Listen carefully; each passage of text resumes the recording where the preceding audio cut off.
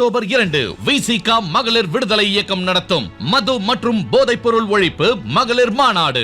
மதுவை ஒழிக்க, மனிதவளம் காக்க அணிதிரள்வோம் வாரி. உளுந்தூர்பேட்டையில் பழனி பஞ்சாமிர்தம் குறித்து அவதூறு பரப்பியதாக பதிவு செய்யப்பட்ட வழக்கில் திரைப்பட இயக்குநர் மோகனுக்கு நிபந்தனை முன்ஜாமீன் வழங்கி உயர்நீதிமன்ற மதுரை கிளை அமர்வு உத்தரவு பிறப்பித்திருக்கிறது.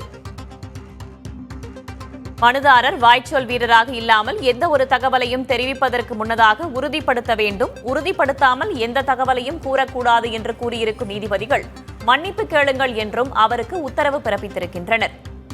கூடுதல் தகவல்களை வழங்குவதற்காக செய்தியாளர் மணிகண்ட பிரபு இணைந்திருக்கிறார். அவரிடம் கேட்கலாம். மணிகண்ட பிரபு, இந்த வழக்கு தொடர்பாக நீதிபதிகள் என்னென்ன அறிவுறுத்தல்களை வழங்கியிருக்கிறார்கள்? நீதிமன்றத்தில் மோகன் தரப்புல என்னென்ன விஷயங்கள்லாம் முன்வைக்கப்பட்டன ஜாமீனுக்காக?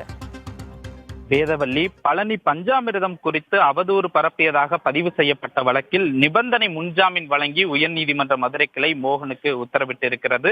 குறிப்பாக மனுதாரர் வாய்ச்சொல் வீரராக இல்லாமல் எந்த ஒரு தகவலையும் தெரிவிப்பதற்கு முன்பாக உறுதிப்படுத்த வேண்டும் என்கிற ஒரு கண்டிப்பையும் நீதிமன்றம் கொடுத்திருக்கிறது. மேலும் மனுதாரர் தமிழ்நாட்டில் வெளியாகக்கூடிய பிரபல தமிழ் மற்றும் ஆங்கில நாளிதழில் மன்னிப்பு கேட்டு விளம்பரம் வெளியிட வேண்டும் என்கிற நிபந்தனையையும் நீதிமன்றம் உத்தரவிட்டிருக்கிறது.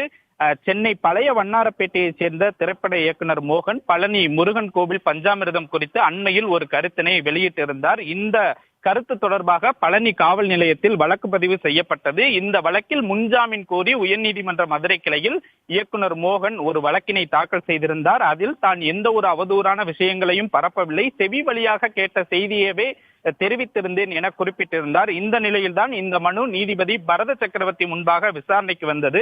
அப்போது மனுதாரர் தரப்பிற்கு முன்ஜாமீன் வழங்கக்கூடாது என கடும் ஆட்சேபனை தெரிவிக்கப்பட்டது. அப்போது நீதிபதி மனுதாரர் வாய்ச்சொல் வீரராக இல்லாமல் எந்த ஒரு தகவலையும் தெரிவிப்பதற்கு முன்பாக உறுதிப்படுத்த வேண்டும், உறுதிப்படுத்தாமல் எந்த தகவலையும் சொல்லக்கூடாது, உண்மையிலேயே பழனி கோவில் மீது அக்கறை இருந்தால் பழனி கோவிலுக்கு சென்று அங்கு தூய்மை பணி மேற்கொள்ளலாம், அல்லது பழனி பஞ்சாமிர்தம் தயாரிக்கும் இடத்தில் சென்று கூட 10 நாட்கள் சேவை செய்யலாம் என்கிற கருத்தை நீதிபதி தெரிவித்தார். தொடர்ந்து மனுதாரர் பழனி பஞ்சாமிர்தம் குறித்து கருத்து தெரிவித்த சம்பந்தப்பட்ட சமூக வலைதளத்தில் உடனடியாக மன்னிப்பு கேட்க வேண்டும். மேலும் தமிழ்நாட்டில் வெளியாகும் பிரபல தமிழ் மற்றும் ஆங்கில நாளிதழ் ஒன்றில் தமிழகம் முழுவதும் இந்த விவகாரத்தில் மன்னிப்பு கேட்டு விளம்பரமாக வெளியிட வேண்டும் என்கிற நிபந்தனையுடன் இயக்குனர் மோகனுக்கு அந்த நிபந்தனை முன்ஜாமீனை கொடுத்து உத்தரவிட்டிருக்கிறார். வேதவள்ளி, தகவல்களுக்கு நன்றி மணிகண்ட பிரபு.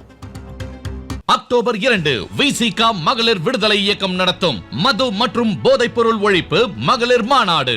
மதுவை ஒழிக்க, மனிதவளம் காக்க அணிதிரள்வோம் வாரி. உளுந்தூர்பேட்டையில்